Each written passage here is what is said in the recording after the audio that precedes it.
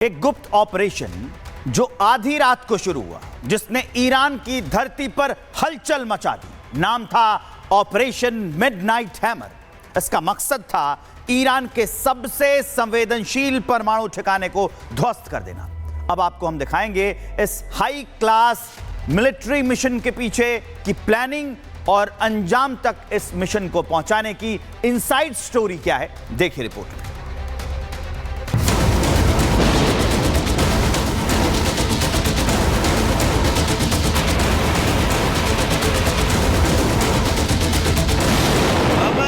Iran पर जबरदस्त सैन्य हमला किया। लक्ष्य बने ईरान के परमाणु ठिकाने और आसमान से बरसी तबाही की आग। जब अमेरिका ने आधी रात को दुनिया को चौंका दिया। तारीख 22 जून 2025, समय सुबह 4:15। टारगेट ईरान के परमाणु केंद्र। अमेरिका ने 22 जून की सुबह ईरान के 3 परमाणु ठिकानों पर 7 B-2 बॉम्बर से हमला किया। ये ठिकाने ईरान के फोर्डो, नतांज और इस्फहान में हैं। ईरानी परमाणु ठिकानों पर मिसाइल गिराने के करीब 13 घंटे बाद अमेरिकी रक्षा मंत्री और joint chief of staff general Dan Caine ने एक प्रेस कॉन्फ्रेंस की। जनरल डैन केन ने बताया कि ईरान में चले ऑपरेशन का नाम ऑपरेशन मिडनाइट हैमर था। इस ऑपरेशन में 125 से ज्यादा जेट शामिल थे। 7 B-2 बमवर्षक, फाइटर जेट और जासूस विमान ऑपरेशन का हिस्सा थे। 30,000 पाउंड के खास बम से हमला किया गया। पनडुब्बी से भी टॉमहॉक क्रूज मिसाइलें दागी गई। भ्रम फैलाने के लिए कई विमान प्रशांत महासागर की तरफ भेजे गए। बंकर बस्टर बम सीधे उस गुफा को निशाना बना रहे थे जहां यूरेनियम सेंट्रीफ्यूज चल रहे थे। 30 मिनट में पूरे ऑपरेशन को अंजाम दे दिया गया। ईरान को हमले की भनक तब लगी जब सब खत्म हो चुका था। ऑपरेशन इतना सटीक था कि एक भी अमेरिकी सैनिक जमीन पर नहीं उतरा। अमेरिका का यह हमला सर्जिकल स्ट्राइक ही था और इस पूरे ऑपरेशन को वॉर रूम में राष्ट्रपति ट्रंप खुद अधिकारियों के साथ मॉनिटर कर रहे थे। ऑपरेशन खत्म होने के बाद अमेरिकी रक्षा मंत्री, जिन्होंने कहा ये कार्रवाई अमेरिका की सुरक्षा और पश्चिम एशिया में शांति बनाए रखने के लिए जरूरी थी। अगर ईरान शांति का रास्ता नहीं अपनाता तो अमेरिका आगे भी सख्त कदम उठाने से पीछे नहीं हटेगा। अमेरिका का कहना है यह हमला ईरान के परमाणु कार्यक्रम को सीमित करने के लिए किया गया, लेकिन क्या यह हमला किसी बड़े युद्ध का संकेत है? ऐसे में दुनिया की प्रतिक्रिया की बात करें तो ईरान ने कहा यह हमला अवैध है, हम इसका जवाब देंगे। इजराइल ने कहा सही समय पर सही प्रहार होगा। रूस ने कहा क्षेत्र में आग लगाई गई है। संयुक्त राष्ट्र ने शांति की अपील की है। अमेरिकी हमले से बौखला ईरान ने पलटवार की धमकी दी। ईरान के पलटवार पर अब पूरी दुनिया की नजर है। हालांकि इस ऑपरेशन के पीछे की सच्चाई अभी भी धुंध में है, लेकिन इतना तय है मिडनाइट हैमर ने मिडिल ईस्ट में तनाव की आग भड़काई है। और यह भी तय कि ईरान की जमीन पर गिरा अमेरिकी हथियारों का कहर विश्व की राजनीति में एक नया अध्याय लिखेगा। तो इस रिपोर्ट के जरिए आपने पूरी इनसाइड स्टोरी को समझा, कैसे ऑपरेशन को अंजाम दिया गया। अब आपको बताने जा रहे हैं अमेरिकी हमले में किन किन हथियारों का इस्तेमाल हुआ। सबसे पहले देखिए B-2 स्प्लिट बॉम्बर है, यानी कि ये बंकर बस्टर बम है। 12 बंकर बस्टर बम का इस्तेमाल किया गया। ताकत है, स्टील्थ बहुत घातक है और रडार से बचाओ, रडार की पकड़ में ये बम नहीं आता है और सीधे 100 फीट की गहराई में। अगला हथियार JDAM बम है। 40 से भी ज्यादा इस बम का इस्तेमाल किया गया और ताकत इसकी है 2000 पाउंड। और विशेषता क्या है?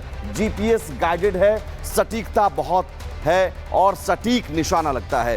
Cruise missile, Tomahawk cruise missile का भी इस्तेमाल किया गया और 20 संख्या है जो क्रूज मिसाइल का इस्तेमाल किया गया, ताकत इसकी लंबी दूरी की मारक क्षमता है और विशेषता है कि भूमिगत ठिकानों पर असरदार है। जो परमाणु ठिकाने, जो फोर्डो, नतांज और इस्फहान, ये भूमिगत ठिकाने थे और वहां पर यह असरदार रहा। तो ईरान और इजराइल के बीच युद्ध और अमेरिका की दस्तक, कहीं ये तीसरे विश्व युद्ध की आहट तो नहीं। ऐसे में अगर तीसरा विश्व युद्ध होता है तो ग्लोबलाइज होती इस दुनिया में बाकी के देशों को क्या नुकसान होगा, इस रिपोर्ट में देखिए।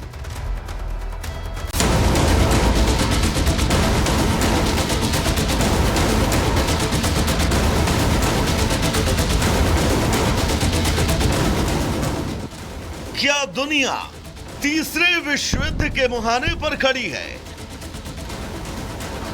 क्या दुनिया दो धड़ों में बंटने वाली है? और वाकई अगर ऐसा हुआ तो दुनिया के सामने एक दो नहीं बल्कि कई चुनौतियां मुंह फैलाए खड़ी हो जाएंगी। और यही वजह है कि भारत ने जब इस युद्ध के बीच ईरान से बात की तो शांति और स्थिरता पर जोर दिया, क्योंकि अगर ईरान और इजराइल का युद्ध नहीं थमा तो एक दो नहीं कई संकट दुनिया के सामने होंगे। सबसे पहले और महत्वपूर्ण संकट की बात करें तो विश्व युद्ध का खतरा इस दुनिया पर मंडराने लगेगा। इन दो देशों के बीच युद्ध में अमेरिका की सीधी दस्तक और ईरान के परमाणु ठिकानों पर हमले ने अब विश्व युद्ध की आहट को तेज कर दिया है, क्योंकि चीन और रूस अब तक ईरान के साथ खुलकर खड़े हैं। लेकिन अमेरिका के प्रहार के बाद क्या रूस, चीन और ईरान की तरफ से भी पलटवार किया जाता है? और अगर ऐसा होता है तो तय है और भी देश इस जंग में कूद सकते हैं और ये किसी के भी हित और फायदे के लिए अच्छा नहीं होगा। विश्व देशों के लिए ये एक बड़ी चुनौती पैदा करेगा। ईरान इजराइल युद्ध और विश्व युद्ध की आहट, ऐसे में दुनिया के बाकी देश किस धड़ में जाकर खड़े हों, यह भी सभी देशों के लिए चुनौती बन गया है। क्योंकि एक तरफ इजराइल और अमेरिका खड़े हैं, जबकि दूसरी तरफ ईरान, रूस और चीन। ऐसे में किस धड़ में कौन से देश जुड़ते हैं, ये कहना अभी बहुत मुश्किल है, क्योंकि ज्यादातर देश इस वक्त ऐसे हैं जो इन संघर्षों के बीच अब तक तटस्थ नजर आए। विश्व युद्ध अगर होता है तो सीधा आर्थिक नुकसान दुनिया को झेलना पड़ेगा। अगर विश्व युद्ध के हालात बनते हैं तो ऐसे में आर्थिक चुनौतियों से जूझना कोई नई बात नहीं होगी। रक्षा खर्च में बेहिसाब बढ़ोतरी, बाकी देशों की तरफ से व्यापार मार्गों पर प्रतिबंध, ये तय है महंगाई आसमान को छू जाएगी। अब जब ईरान, रूस और चीन से बात कर आगे की रणनीति तैयार कर रहा है, इस बीच ट्रंप की ईरान को धमकी, ये सब क्या वाकई तीसरे विश्व युद्ध की आहट है? क्या वाकई दुनिया अब तीसरे विश्व युद्ध के संकट से जूझने वाली है? क्योंकि ईरान, अमेरिका और इजराइल के रुख से यह बिल्कुल साफ है कि फिलहाल ये रुकने वाले नहीं हैं। Bureau report, Republic Bharat.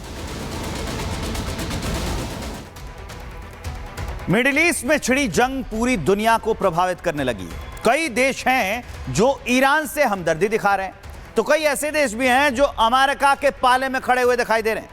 मानो ऐसा लग रहा है कि दुनिया दो हिस्सों में बंट गई है। देखिए आप भी अमेरिका के हमले के बाद कौन से देश के साथ खड़ा है ईरान, और ईरान के खिलाफ कौन खड़ा है, यहां देखिए।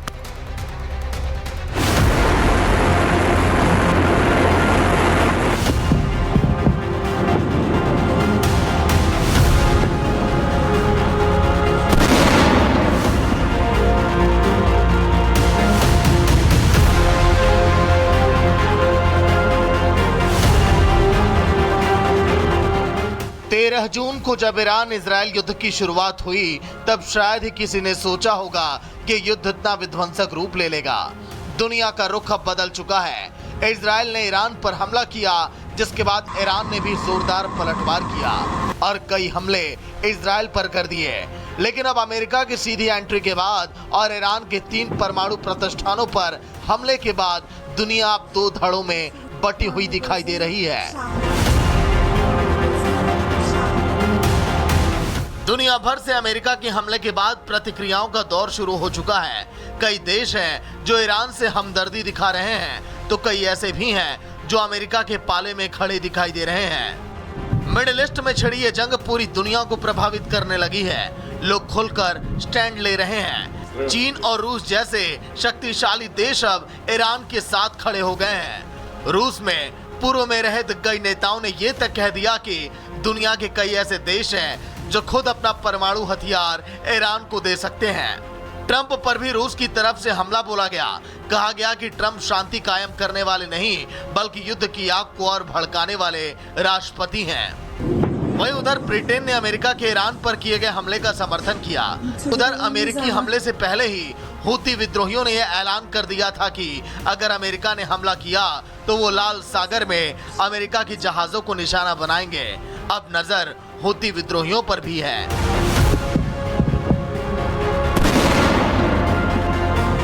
कल तक ट्रंप के लिए नोबेल पुरस्कार की मांग करने वाले पाकिस्तान ने भी अमेरिका के हमले की निंदा की और पाकिस्तान के विदेश मंत्रालय की तरफ से कहा गया कि अमेरिका ने ईरान पर हमला करके अंतर्राष्ट्रीय कानूनों का उल्लंघन किया। वहीं ईरान के विदेश मंत्री भी अब रूस पहुंच चुके हैं और ये कह दिया कि अमेरिका ने कूटनीति को तार-तार कर दिया है।